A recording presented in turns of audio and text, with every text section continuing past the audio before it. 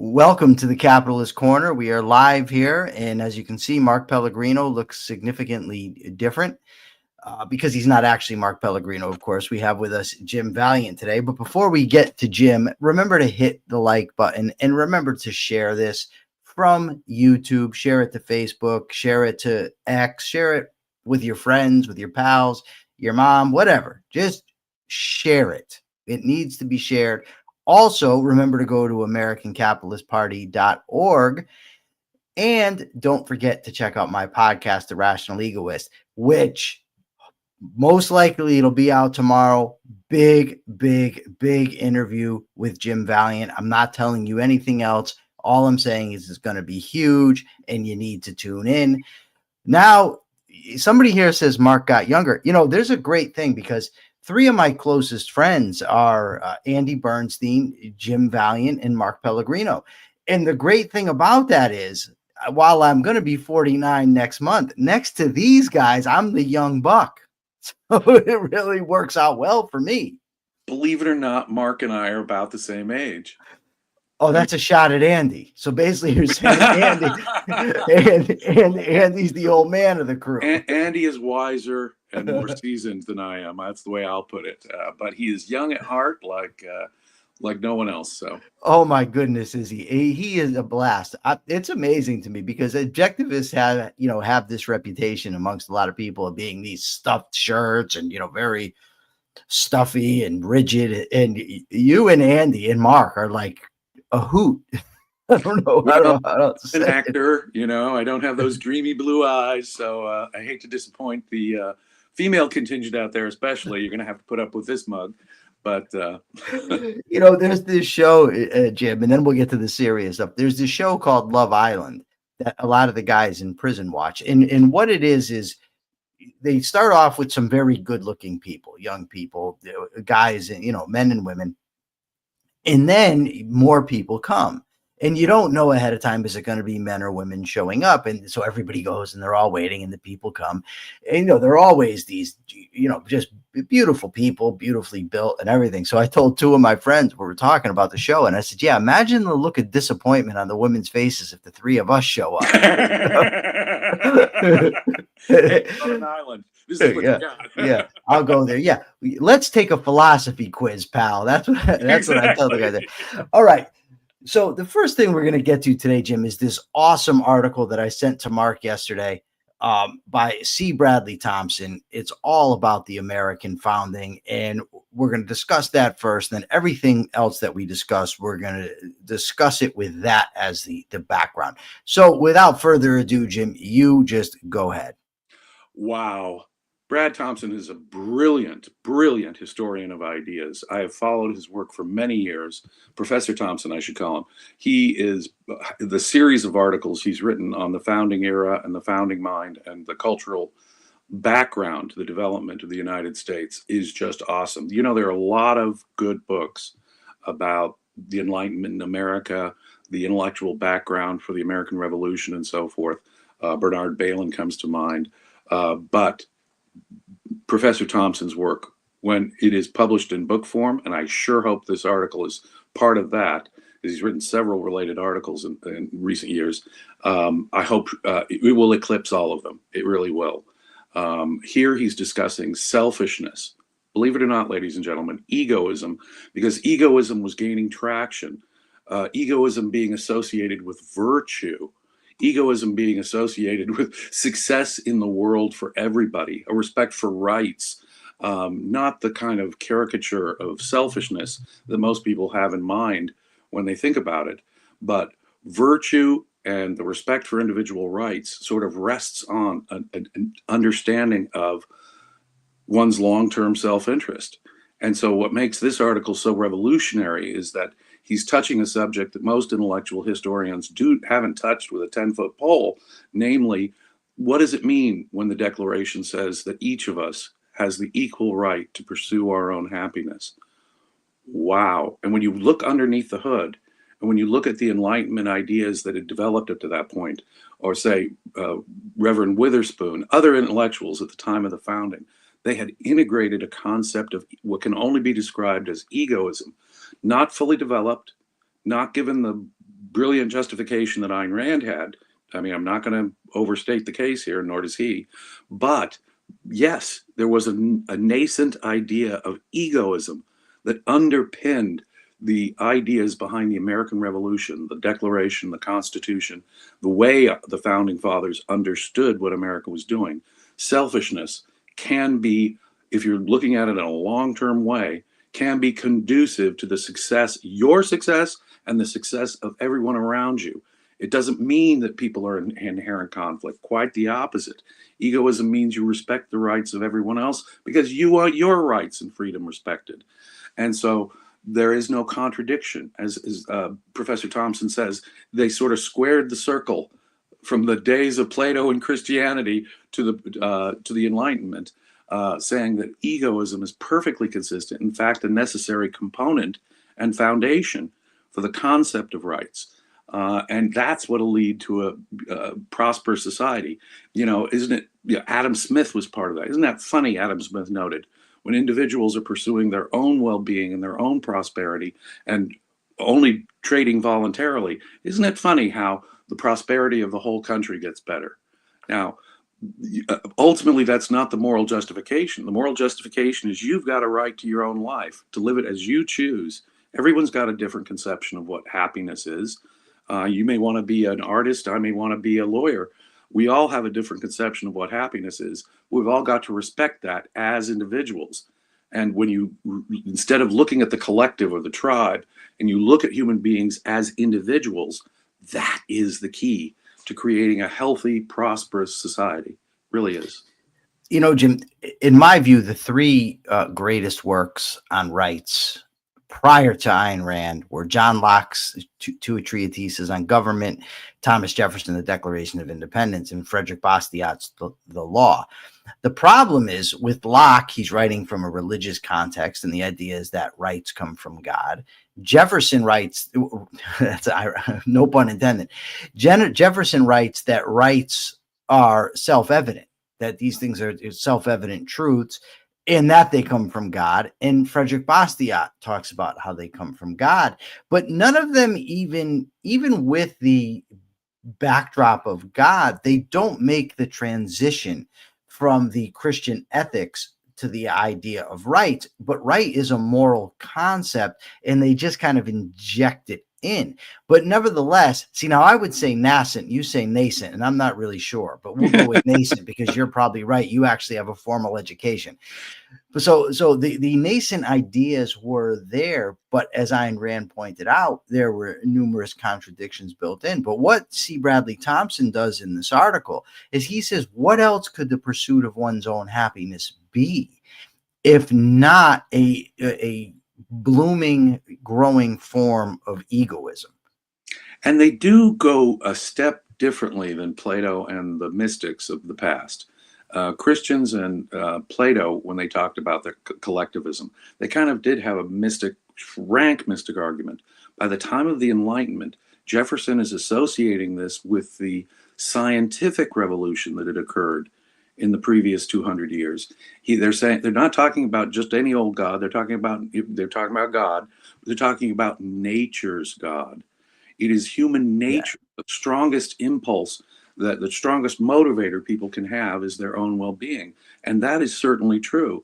So they were looking at it from observed nature, which was a radical step in the right direction. Now, it doesn't complete, as you point out, it doesn't complete a secular, purely natural conception of rights. But boy, what a massive step in that direction it is. Look around you. Look what works. Look at human nature. And Jefferson is directly in his private correspondence, as Professor Thompson points out, connecting it with the revolution in science that had just occurred in the previous 2 centuries. So I should have included in that, although to me he's not up with the other 3, but he still deserves an honorable mention, and that's Thomas Paine. And of course, Thomas Paine's the common sense sparked the revolution, and he has a lot of great writings. But in the wake of the French Revolution, he writes The Rights of Man, and it's completely devoid of any mention of God with Thomas Paine. Thomas Paine in The Age of Reason just excoriates Christianity altogether. But in his Rights of Man, and it's a good work, but the problem with it is it's very rationalistic. It's just this idea that you just use reason, you look to reason, and you come up with this all these rights. So that's where his flaw was. So as the others were flawed in the direction, Jefferson in the sense of God, in the self-evidency, and Locke and Bastiat with God, Thomas Paine's problem is he's just too rationalistic. Yeah. But with Ayn Rand, we have the full development that's neither self-evident, rationalistic, or based on God. We just have a strong view of rights. And that, to me, Thompson talks a lot about in the article that the moral revolution was taking place in the minds of men at the time. And he cites John Adams. And I think that's what we need now, is a moral revolution where people come to understand that morality is not a list of commandments. It's not something imposed on us. You must do that. Morality, in essence, are guidelines for living the good life. That's it. I mean, that's what it is. And we need people to understand that it's not only acceptable, but preferable that everybody lives their own best lives for themselves. And that doesn't rule out things like friendship and romance. In actuality, it's the vital precondition. Oh my goodness, human beings are a huge value, selfish value to me. I learn from them. I get rich by trading with them and working for them and with them. And even most importantly, the spiritual values, the emotional visibility and feedback I get from my friends, from my wife, especially. My God, human beings, my life would be really awful and unpleasant for me on a desert island. The selfish value of other people is obviously critical. And so posing other people versus me is the way they normally sort of rigged the argument from the outset. I would note that Voltaire and Diderot, the emerging deists and even atheists of the time, had a huge impact on the American founders. Franklin and Jefferson were clearly influenced by these people. Jefferson questioned with boldness even the existence of God. He sounds almost like Voltaire there when he's talking. But yeah, I have to say they didn't give the full argument. They were starting even to use Aristotle in the Nicomachean Ethics. But Ayn Rand, obviously, she defines how rights are violated, the only way rights can be violated, much better than the nebulous harm principle or injuring one another principle of Locke, Jefferson, John Stuart Mill. And she gives it a full grounding in natural philosophy that it never had before. Now, that is the culmination of a moral right. If Ayn Rand's idea were to catch on in the same way that, say, Locke's idea caught on in America in the 18th century, another moral revolution would occur across the world.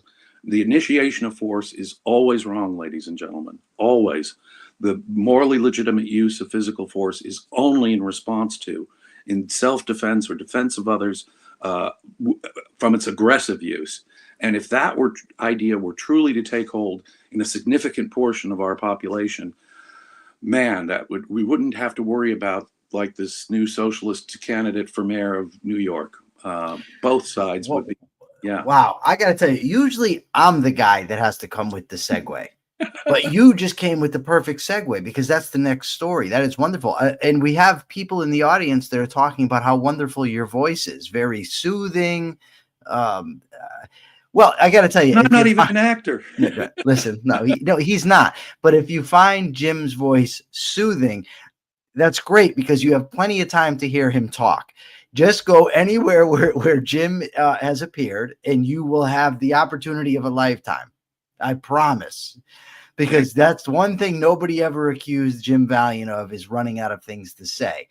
So, Jim, this article, it wasn't an article, actually, it was a speech. It was printed as an article in Jacobin magazine, but it was a speech given by Zohran Mamdani, the Democratic nominee for mayor. It's so gross that what this guy says and what he thinks.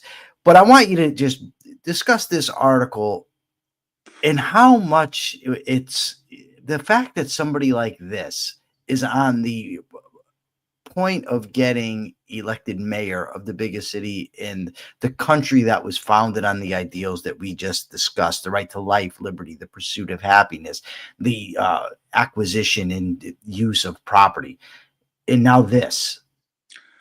Yeah, New York is a monument, and I hope not a crumbling, decaying one of the past, but it's a monument to capitalism. It's a monument to what free minds and free people can do and build. They created such prosperity, and think about it, the Port of New York, international trade, Mr. Trump. It is a monument to trade and the benefits of freedom and what people can do to improve the material conditions of their life. You know, if you want success, if you want people, all boats to rise, as they say, if you want to make real progress against poverty, and yeah, if the socialists understood where the wealth came from and what really alleviated poverty, as Ayn Rand said, they would abandon socialism. But notice it's a moral argument he makes. But I would make this same point about Mr. Trump. You'll notice when he talks about tariffs, he's not talking economics. If he talked economics, you know, David Ricardo and the law of comparative advantage, or Austrian economics, you know, Bastiat and Henry Hazlitt, he would obviously be completely lost. He's not talking economics. He's talking about fair trade. And so even this notion, it's really ethics that it comes down to. So what you got is this candidate saying, we have a right to demand, okay, what we want. Okay, wait a minute here. Who are you demanding? You're putting a gun to someone else's head because they've got something you want. Look, if someone has something I want, that doesn't mean I have a right to it. I mean, if a good-looking actor is better looking than me, or if someone has a beautiful singing voice, just because they have it doesn't mean I have a right to it. And more than that, if Steve Jobs or Bezos comes along, creates a new product, a new like with Jobs and Apple Computer, or with Bezos creating Amazon, this revolution in retailing, they have earned what they have, the money they have. I don't have a right to the product of someone else's mind, their creative thought, their labor. No, I do not. And to demand anything, if someone has, where do we draw the line? Someone drinking champagne and eating caviar? I've got a right because someone else has it? No, I don't. I've had health problems my whole life, and nurses will come to me in the hospital and they'll say, what's happening to you isn't fair. You don't deserve this. What do you mean? No one did that to me. I don't believe in God, so it's not like God struck me with this health issue. That's just the way I am. It wasn't any unfairness on anyone's part. And so when this candidate says we have the right to demand what we deserve, again, it's a moral argument. It's not an economics argument. The economics has been settled by science. With these people, whether it's Trump or the socialist, and notice both sides have sort of, when the Republicans threw in the towel on the moral issue about a mixed economy and statist solutions, when Mr. Trump talks about tariffs or using the Federal Trade Commission, okay, he has conceded the entire case. He has, in effect, agreed with this socialist. What I would point out here is, yeah, this guy's a nut. Yeah, if his policies came into being, it would destroy New York City. It would hurt it even more than statist solutions have already, like rent control. Yeah, we've always had rent control in New York City. Well, as long as since I was living in New York, they already had rent control. But the point is, demanding what you deserve, that's the phrase he uses. So I have a right to force other people because I think I deserve this, or you all deserve this. That is a moral argument, and it's a moral argument justifying the initiation of physical force. It is a grossly immoral argument. It is a grossly immoral argument. Just because someone else has something doesn't mean you have a right to demand it at the point of a gun, nor does it mean that you deserve it. So when he uses language like demand and deserve, this is a moral argument for rank violence, physical force against the productive, physical force against people because you're envious of what they have. Full stop. Jim, you know what though? If you just take the words and the meaning of what these words are, right? We have a right to demand what we deserve is absolutely true. Right? Right. The problem here is what he means by demand and what he means deserve, because deserve has to do with what you earn. But in socialists everywhere, they obliterate the idea of earn from desert and just, well, because because I'm the wonderful Michael Liebowitz, I deserve all kinds of things. And the scariest thing that he said in this entire speech to me was when he says that the government is going to guarantee that people live with dignity. Dignity is a choice, and it's something to be earned. Dignity means to be worthy of respect. All moral terms, like you said, but you can't just take these words, blast them out like, we talked about rationalism earlier, obliterate the concretes that they actually refer to, and then just say, now we're going to impose them. These are things that actually have meaning, that people have to engage and live their lives in a certain way. The government, first of all, even if it could do it, it shouldn't, but it can't do that. He's literally promising the government can do something that it is impossible to do. Yeah, that's absolutely correct. You cannot give someone dignity. You certainly can't do it at the point of a gun. But you demand what I deserve. What do I deserve? When I'm born, my parents brought me into this world, a unilateral decision on their part, and I was a helpless creature. They owed me to at least give me minimal sustenance until I was able to take care of myself. Yeah. Or if I have a contract with you, I'm working for you and I'm mowing your lawn, and you say, okay, I'm going to pay you $20 a week for mowing my lawn. Okay, we have a contract and I mow your lawn. I have a right to demand that I say I deserve that money you promised me after I did the job I performed. There's consideration, value for value on both sides. So when it comes to a contract, I can demand what I deserve. But apart from obligations like contracts, and apart from, say, the obligations of parents, all I can demand from anyone else, and what I deserve from anyone else, is that they leave me alone to pursue my own happiness. I won't violate your rights. I won't coercively interfere with you if you don't coercively interfere with me. Let's keep all interaction between humans voluntary. That's a moral revolution. If people were to say, look, it's only voluntarily chosen obligations that we have. It's only voluntary interaction that human beings are morally permitted to demand that it be voluntary. That's the moral revolution we're talking about. Yeah. But what he's doing is he's connecting it with, oh, well, let's have government grocery stores, paid for by all the taxpayers, of course, and the rich people. And let's have free busing. Let's have free, child care for everybody. Let's have even more rent control in New York City. So what he's doing is demanding values from other people at the point of a gun, and no one deserves that. No one can demand that. Now, as to dignity, oh my God, that is totally earned, as you point out. That has to, dignity is what I have when I look in the mirror and say, Jim, you're a good person. You're an honest person. You have dignity because you've earned it. You make a really great point, and no man can do that for another man, period. Ayn Rand, her father was a successful businessman in St. Petersburg. He had his pharmacy stolen when the Communist Revolution happened, and her family nearly starved to death. But what's remarkable is how much dignity her family maintained despite that violent expropriation. Dignity is not a function of how wealthy I am, how healthy I am. Dignity is a matter of moral character, as you point out, and that is earned.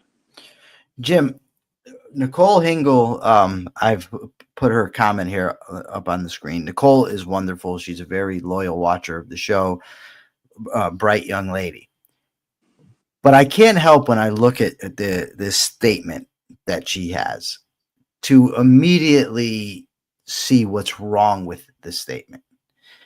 And let me just say what I mean by that is that socialism, of course, does not achieve the results that its advocates want to achieve or claim it will achieve. And von Mises demonstrated that with absolute brilliance, that it simply cannot do that. But when you say bottom line, to me, bottom line means fundamentally. And fundamentally, what's wrong with socialism is that it rests on the initiation of force. It rests on a group of people using a gun to tell other people what they can and can't do, what they can and can't do with their property, how they can spend what they've earned, what they can trade, how rich they can get if they're able. And that is the moral argument, and that is the fundamental. And I'm a big advocate of the economic arguments. I think there are objectivists out there who neglect the economic arguments at their own peril. Well, they go hand in hand. Right. But the moral argument to me is the prominent one. Well, obviously, when you're looking at the facts, and you're looking at long-term consequences, economics it's a vital part of the factual base from which we infer and inductively arrive at our moral principles. The two are inseparable. When we realize it's a moral principle, then we realize that human life depends on it in the long run. Then it becomes an imperative, a principle I need to habituate in myself and institutionalize in the government. Socialism is slavery. What is it? They say a rose is smell as sweet by any other name. Well, slavery is just as ugly, whatever your justification for it. Well, we're doing it to help the poor and make the world more fair, or whatever other justification they give for socialism. But socialism is slavery with another name.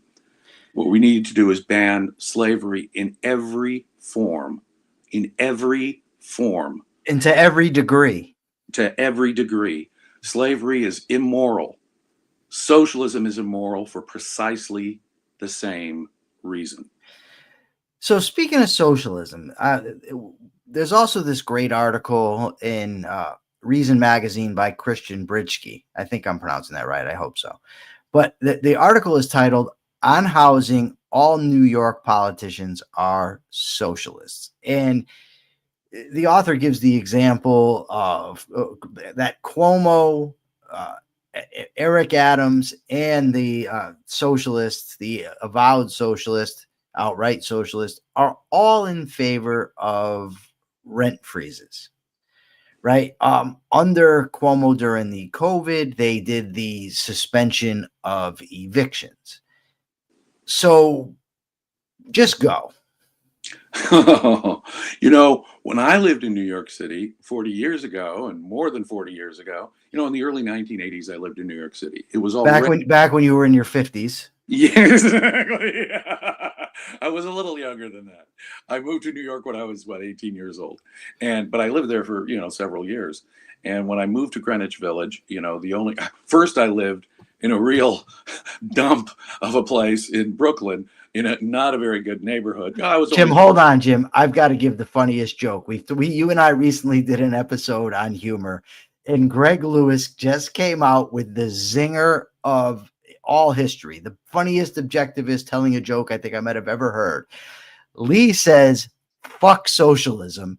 And Greg responds, "No, don't fuck socialism. It might reproduce."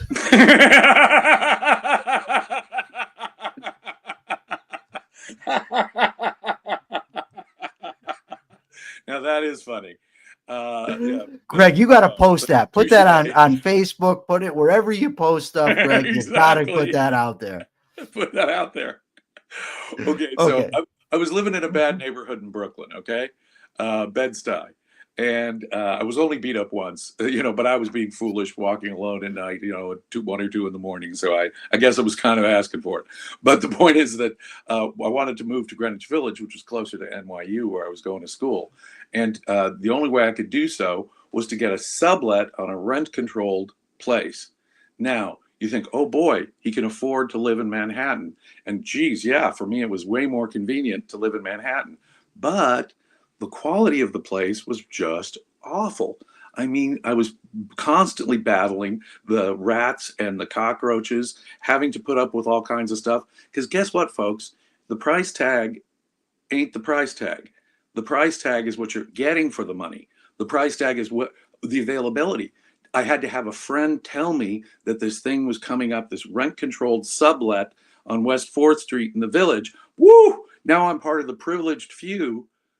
I got that. Obviously, what it does is it reduces the amount of housing, the availability of housing. So if you get lucky and a friend tells you about an opening on a rent-controlled sublet in Manhattan, you have to be lucky to get that housing. And when you get the housing, is it, what you're paying for? Well, they can take it out in quality too.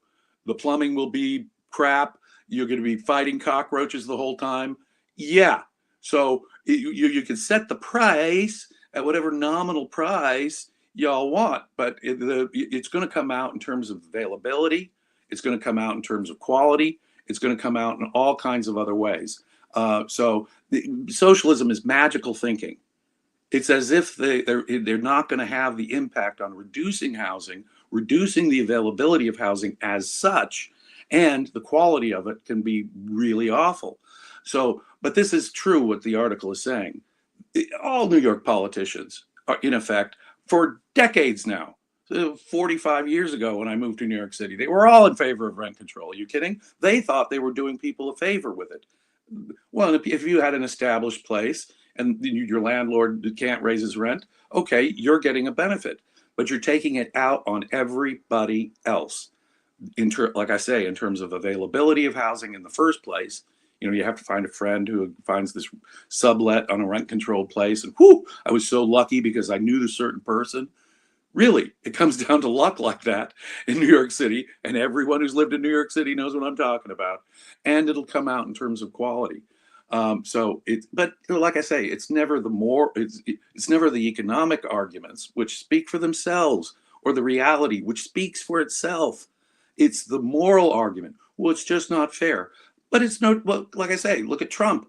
He doesn't talk economics when he talks tariffs. He talks about fair trade.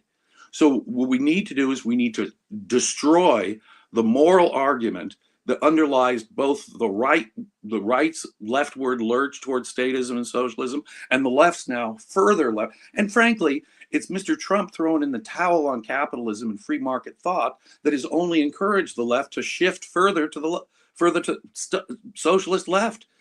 I would argue that the socialist candidate here in New York is itself a byproduct of Mr. Trump's destruction of the not to say that the Republican Party were consistent defenders. No, this goes all the way back to the Republicans caving in on the New Deal. It goes all the way back to Eisenhower. It goes all the way back to Nixon. They both threw in the towel, in effect, on the statism that was encroaching, and it wasn't for economic reasons. It was for moral reasons, because it's fair to do this, fair to do that. But when they impose their fairness, suddenly everybody is less well off. It's funny you mentioned Trump, because it's often said, oh, you just don't like the mean tweets or whatever. I don't give a damn about his mean tweets.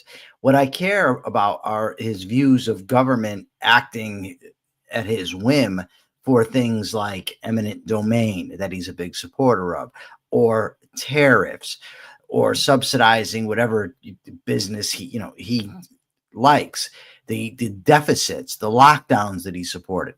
That's my problem with Trump.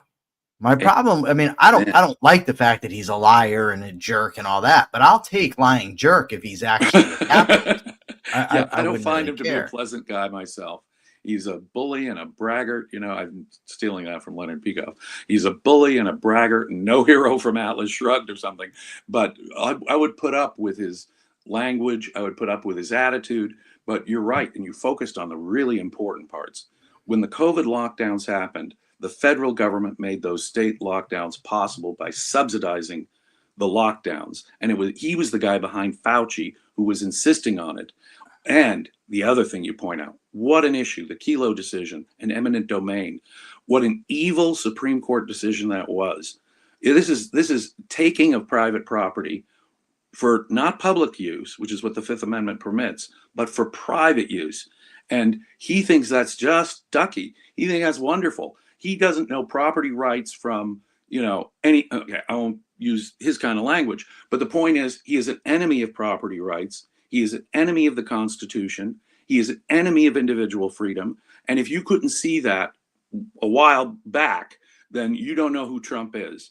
Trump doesn't know free market morality or economics from a hole in the ground. He wouldn't know it if it bit him in the rear end. So he is an enemy of the free market, and he's moved the Republican Party away from even the lip service that at one time Republicans gave to capitalism. And it's weird. You'll read, conservative media, the New York Post or Fox News on TV. You'll read them and they'll say, oh, well, capitalism has to be defended against this mayoral candidate. Well, when was the last time you guys defended capitalism? When was the last time you guys really understood about property rights and voluntary trade being the essence of it?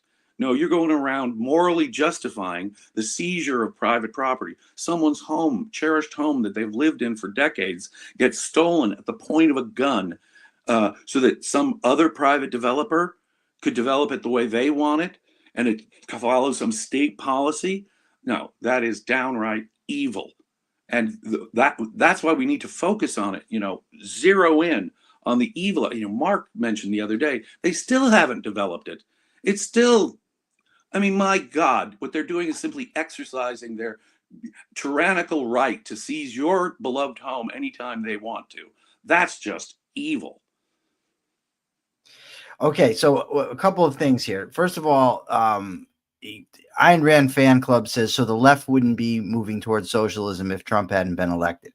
I think the point here is that when you have the advocates or the so-called advocates for capitalism moving left, it makes people who are already there feel safer in advocating their more extreme policies when you're trying to get elected. I don't think that Trump getting elected has suddenly turned socialists into socialists. I don't think that's what Jim was saying. No, the point is that with all politics, it's the Overton window of what makes things more acceptable to discuss.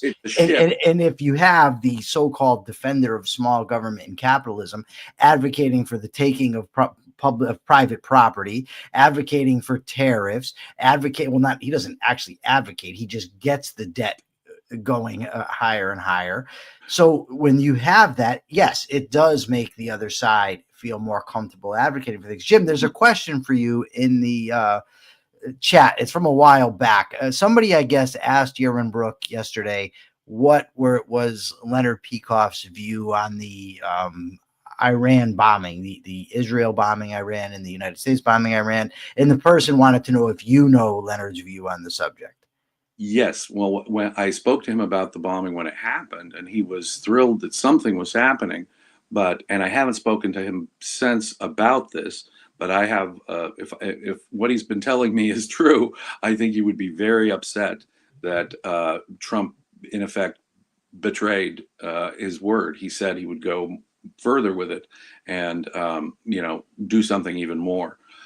So when the bombing happened, Leonard was very much in favor of American action, and he was glad that happened.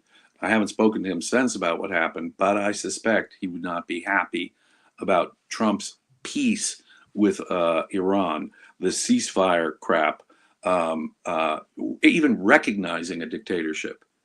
It's connected to the economic argument, by the way. See, when you recognize a status solution is valid, when you're advocating for tariffs in a way that Republicans wouldn't before, what you've done is you've shifted the ground from under us. No, I'm not saying that this guy would not have been nominated or that socialists, progressives wouldn't exist but for them. But more moderate voices in the Democratic Party, so they're kind of drowned out. The shift in the debate happens when there's no moral principled person defending capitalism. You see, what the more consistent, Ayn Rand was so right about this. It's the guy with the more consistent position who's going to win. Well, Mr. Trump, if you think fair trade is what it's all about, well, let's talk about fairness. People have a right to demand what they deserve, you see? And so if you cave on the moral argument to this degree and you say, well, but I wouldn't go, full on communist, something Trump and his defenders might say, well, you've still conceded the moral point. And so the other guys with the most consistent position on that moral point are going to prevail at the end of the day. That's just a tendency. That's like a gravitational pull. Once you conceded the moral point, the guy with who's most consistent with that moral point will have the better, more. Let's put it this way: he'll have more and more credibility and more airspace to actually say that. Well, you guys are talking about fairness in the socialist sense, so I'm going to be just more consistent with what people have a right to, demand what they deserve. Moral arguments are what set the atmosphere, the conditions. You ask, why does socialism keep getting advocates? I mean, socialism has failed every time in every way. How is it that people can ignore the reality? I mean, communism has killed tens of millions of people, blood-stained economic failure. But even places like Great Britain that tried real socialism from the 50s to the 70s, it was a disaster. Socialism always. So what keeps it going? Why are there still socialists around? Why are we still fending off the attacks from socialists? The power of moral arguments and the power of moral consistency. Once you concede the moral point, once you start talking about economic fairness and statist solutions, guess who's going to pop up? Ever more consistent advocates of demanding what you deserve. All right, Jim, the last story we're going to get to today, because I have to cut out just a little bit early, and this you're going to be way better than what I can offer on it, is this story about presidential pardons. The pardon power, of course, is granted in the Constitution, and this article from the American Enterprise Institute is writing in light of the Biden's so-called, auto pen pardons. And the guy talks about how the pardon power has never been, and there's strong reason to argue that it's not a power that can be delegated from the president to others. The only thing that I will say about the article is, in trying to criticize, because the question comes up, well, did Biden really understand the pardons that he was given? Here's my problem with that, right? Thomas Saz, the great libertarian psychiatrist, was once asked to testify in a case as to somebody's competence or somebody's sanity at the time the crime was committed. And Saz refused to even interview the person to talk to him. And so the defense said, well, he hasn't even examined the defendant. How can he make an assessment?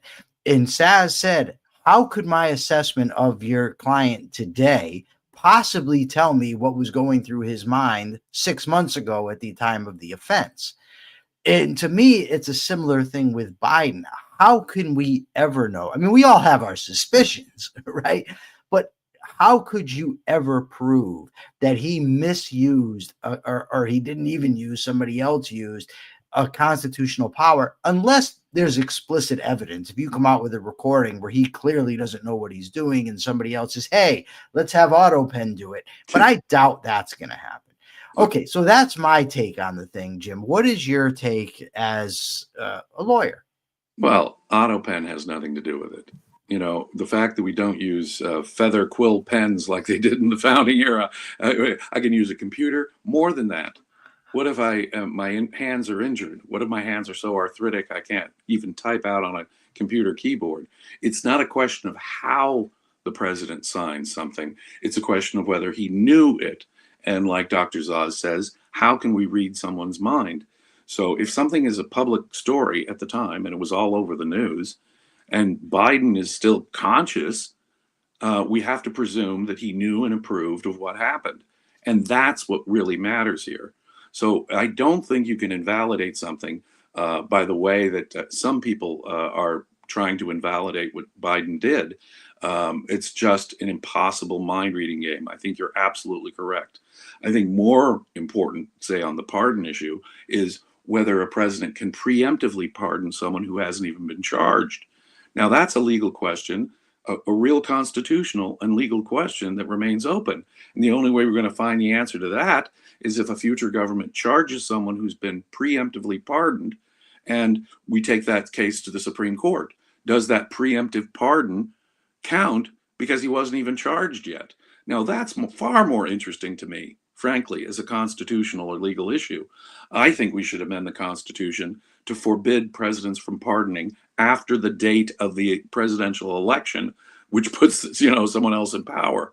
Because, he promised not to pardon his son, Hunter Biden. But suddenly, after the election, when it has no political downside for him, he pardons Hunter Biden. Now, Hunter Biden had been charged with crimes. So his pardon, at least for those crimes, counts, and there's nothing I can do about it. I don't care what people speculate about what was going on between Mr. Biden's ears. It was a big news story. And, it's funny. That's one they say he didn't do with auto pen. But I don't care whether it was with a real pen, auto pen, computer, push the button to put your signature in there. That is irrelevant in my mind. These were all big news stories. Biden was conscious enough to know, to have been able to know what was going on. So no, you can't use that to second guess his last minute decisions. Now, it's up to the voters to make the decision about these things. It's up to the cabinet members to invoke the 25th Amendment and see if something happens. We can hold them accountable for not doing their jobs.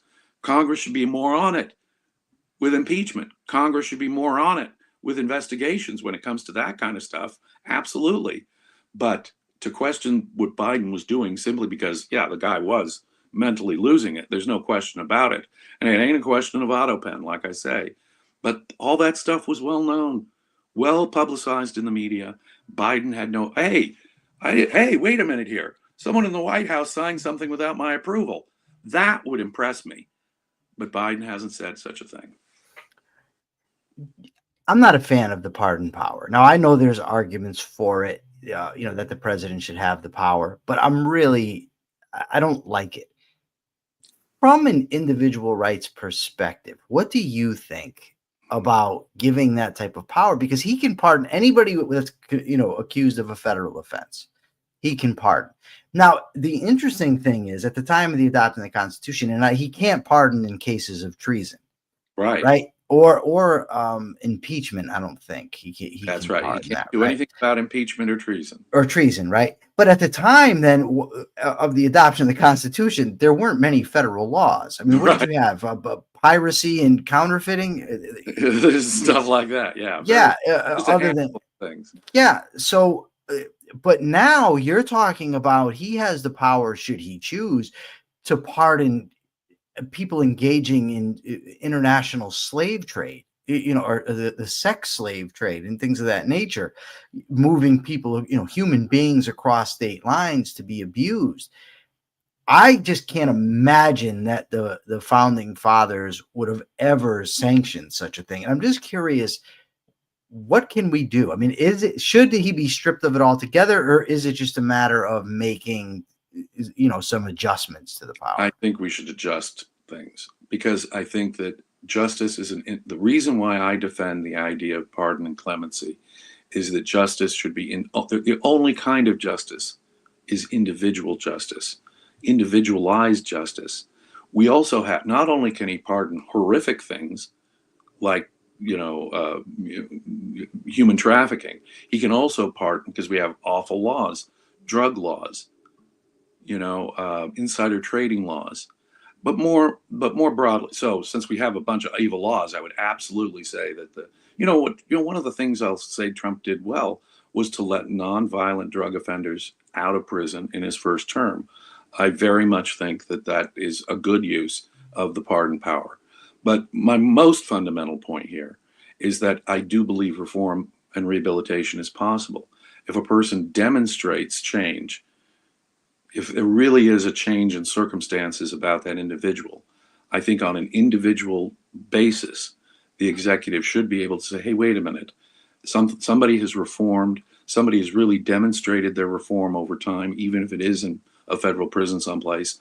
The circumstances may have changed too, maybe some new evidence has come to light since his conviction that wouldn't overturn the conviction, but put into different context our understanding of why and how the crime went down and stuff, that wouldn't overturn the conviction by itself. On the other hand, can the president take that into account? All those things into account. I think the only kind of justice is individual justice. And I think the framers were taking into account that we need to acknowledge that justice is each individual context of criminal conviction. It should be judged on its own merits. Each convict of a crime should be judged on his own merits. And I believe in individual justice. I think that forgiveness, in effect, has to be earned. I'm not just going to give it away like, something that... Like New York's giving away dignity? Like New York thinks it can give dignity. But the point is, I think it is a matter of individual fact and context. And that's the reason why I would think, yeah, we should adjust it. I think there should be reforms in it. Absolutely. And that would take a constitutional amendment, my friends. But I believe in individual justice. And so for that reason, I still advocate a power to pardon and clemency on the part not only of the president, but state executives, because I think sometimes it very much is earned.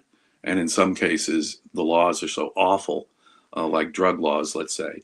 I mean, giving people many years in prison for some non-violent drug offense is a grotesque injustice. Sure. So we have just a little thing going on here in the chat, an argument about, what's the word I'm looking for here? It would help if I punctuation. So Lee rather says, don't forget to like, subscribe, and share on YouTube with no commas, which if you take it as it's read, she wants you to like, subscribe, and share. So you should be liking, subscribe, and share. But Greg Lewis steps in with commas, Lee, commas. And I'm just reminded real quickly, I remember reading Ayn Rand said that she's never met anybody more dedicated to grammar or such a stickler for grammar as Leonard Peikoff. Oh, man. Oh, man, I'll show him something I write. Boom, boom, boom, boom, boom, boom, boom, boom, boom, boom. He is so great an editor. But, he credits Ayn Rand.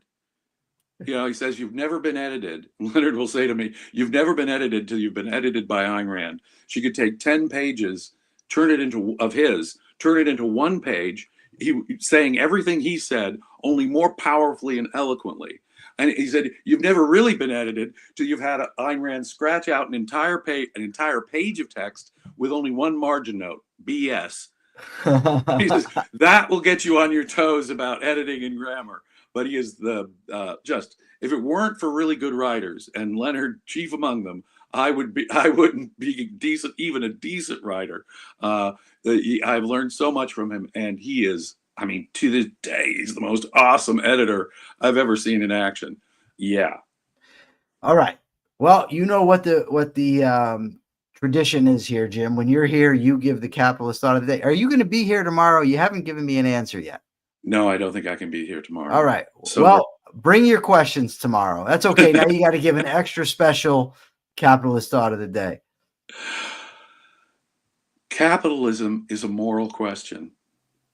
It is primarily a moral question. The economics on this has been long settled by great minds, from Adam Smith to Ludwig von Mises.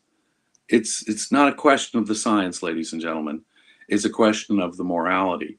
In order to have a sustained capitalist society, we need to reject the morality of altruism, the morality that it's anyone's duty to provide something that, like dignity to someone else. The fact that everyone has to sacrifice so that they can the philosophy of altruism, as Ayn Rand said, is a morality of cannibals. We have to reject that. So a New York mayoral candidate can't say, we have the right to demand what we deserve. Well, you don't deserve housing. You don't deserve food. I just hate to say it. If you haven't earned it, if you haven't created it or acquired it in voluntary trade, guess what? You can't demand it because you don't deserve it. You don't deserve what someone else has, what someone else has earned and acquired through voluntary trade. I'm not opposed to charity, but to say it's a right that you get what you know, whatever it is, whatever level it is. I don't know, like I say, is it caviar and champagne? I don't know. A basic minimal sustenance, what the hell is that? I mean, back in the Stone Ages, it was entirely something different. No, when you have someone saying you can demand what you deserve, it makes it really crystal clear. It's the philosophy of altruism, the morality of altruism, the primordial morality of altruism, which sustains anything but capitalism. That must be rejected. And getting back to Brad Thompson, it is the philosophy, the morality of egoism, the morality that says each of us has a right to pursue our own happiness without the coercive interference of other people. It is morality that the future of capitalism hinges upon. Awesome, Jim. And thank you so much for being here. And thank everybody else who's been watching. Please remember to go check out AmericanCapitalistParty.org. Remember to both like and share this episode. And remember also, in honor of Mark Pellegrino, to always check your premises. Take care, folks. Peace.